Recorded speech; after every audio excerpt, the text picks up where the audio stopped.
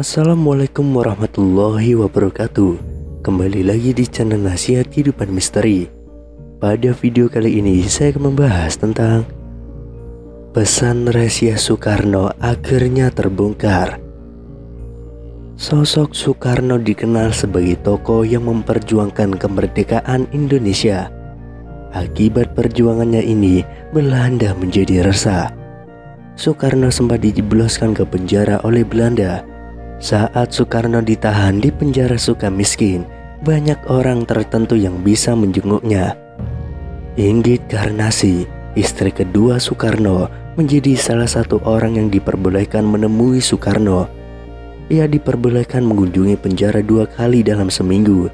Barang yang dibawa oleh Inggit selalu diperiksa, termasuk surat-surat yang ditujukan untuk Soekarno. Hanya buku-buku agama saja yang diperbolehkan dibawa dari luar. Namun Inggit Garnasi dan Soekarno punya cara sendiri untuk berkomunikasi. Mereka berkomunikasi dengan menggunakan pesan rahasia. Buku-buku yang dibawa tersebut dilubangi pakai jarum, bisa dibilang seperti menulis dan membaca huruf Braille. Itu adalah cara berkomunikasi mereka agar Belanda tidak mengetahui pesan mereka berdua. Selain itu, Inggit Garnasi juga meninggalkan pesan di telur yang dibawanya. Soekarno akan meneliti kulit telur tersebut. 1 tusukan berarti kabar baik, 2 tusukan berarti seorang kawan ditangkap, 3 tusukan menunjukkan penyergapan besar-besaran, dan semua pemimpin ditangkap. Setelah Indonesia merdeka, nasib malang Soekarno tidak berakhir. Selain itu, Soekarno juga memberikan pesan rahasia kepada anaknya, Guntur Soekarno Putra. Soekarno merupakan proklamator bangsa Indonesia yang mencetuskan Pancasila sebagai dasar negara. Meski demikian, Bung Karno menjadi tahanan politik usai pecahnya peristiwa G30 SPKI setelah lengser dari jabatannya sebagai presiden pertama Indonesia. Bung Karno meninggalkan pesan terakhir untuk putra sulungnya, Guntur Soekarno Putra. Dalam pesan itu, Bung Karno memberikan pesan perpisahan kepada anak tertuanya itu. Roso Daras dalam buku Total Bung Karno menuliskan bahwa Guntur Soekarno Putra harus memikul tanggung jawab yang besar ketika bapaknya Soekarno meninggal dunia. Ia tidak saja harus menjadi pengganti peran ayah bagi adik-adiknya, tetapi juga siap menjalankan peran sebagai anak Bung Karno tertua. Selama menjadi putra Bung Karno, banyak pesan yang telah dibenamkan Bung Karno di otak dan di hati Guntur. Di buku yang ditulis oleh Guntur, yaitu Bung Karno, Bapakku, Kawanku, dan Guruku, diceritakan tentang pesan terakhir Bung Karno. Setelah itu, tidak ada pesan lagi hingga ayahnya meninggal dunia pada 21 Juni tahun 1970. Berikut pesan terakhir Bung Karno kepada Guntur. Tok, engkau adalah anak sulung putra Fajar, sebab bapakmu dilahirkan pada waktu Fajar menyingsing. Fajar 6 Juni yang sedang mereka di ujung timur. Dan engkau yang lahir di tahun keberanian juga menjelang Fajar, tanggal 3 November, pada saat dimana hegemoni kekuasaan Jepang semakin suram sinarnya.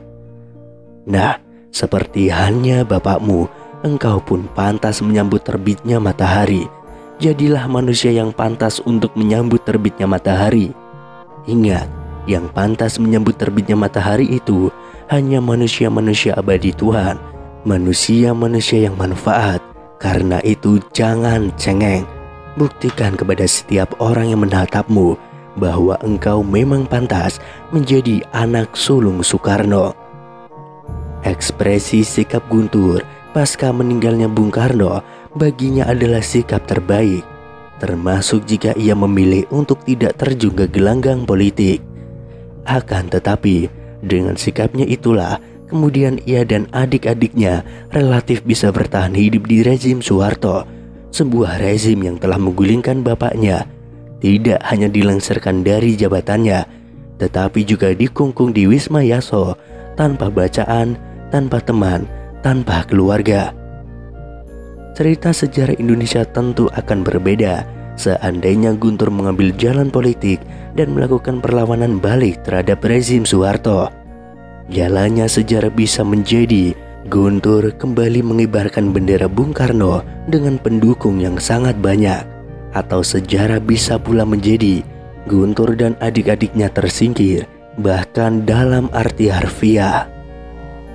Ternyata kisah Soekarno di penghujung hayatnya tidak seindah jasa-jasanya untuk kemerdekaan Indonesia. Rumah Sakit Pusat Angkatan Darat RSPAD Gatot Subroto menjadi saksi bisu detik-detik terakhir kehidupan sang proklamator. Sang proklamator yang biasa dipanggil Bung Karno wafat tanpa penghargaan dan wafat tanpa penghormatan dari bangsanya. Bertahun-tahun sebelum itu, saat Jenderal Soeharto menahannya di Wisma Yaso, Soekarno diasingkan dari rakyat yang dicintainya. Bahkan keluarganya pun dipersulit untuk menjenguknya. Soekarno wafat di ruangan perawatan RSPAD Gatot Subroto pada Minggu 21 Juni tahun 1970 pukul 7:17 waktu Indonesia bagian Barat. Ia mengidap komplikasi ginjal, gagal jantung, sesak napas, dan juga rematik. Namun sebelumnya, Bung Karno dikucilkan dan dilarang menginjakkan kaki di Jakarta.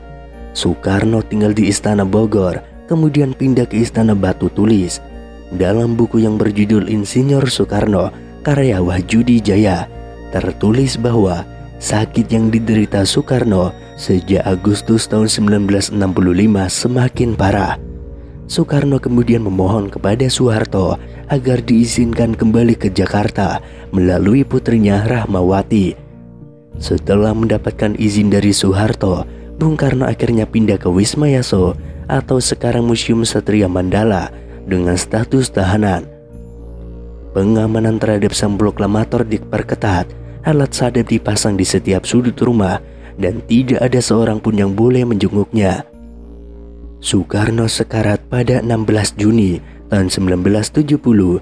Ia dilarikan dari Wisma Yaso dan ditempatkan dalam sepetak kamar dengan penjagaan berlapis di lorong rumah sakit. Kondisi Bung Karno semakin buruk setiap harinya. Kesadarannya pun kian menurun. Pada Sabtu 20 Juni tahun 1970 pukul 20:30 waktu Indonesia Barat, Soekarno mengalami koma. Esokan harinya, Dr. Mahar Marjono kemudian menghubungi anak-anak Soekarno dan menyuruhnya untuk datang. Di sana tampak Guntur, Megawati, Sukmawati, Guru, dan Rahmawati hadir di rumah sakit pada Minggu 21 Juni tahun 1970 pukul 6:30 waktu Indonesia bagian Barat.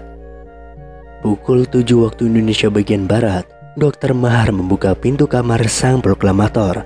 Anak-anaknya langsung menyerbu masuk ke ruangan perawatan dan memberondong Dr. Mahar dengan pertanyaan-pertanyaan. Namun Dr. Mahar tidak menjawab. Ia hanya menggelengkan kepala.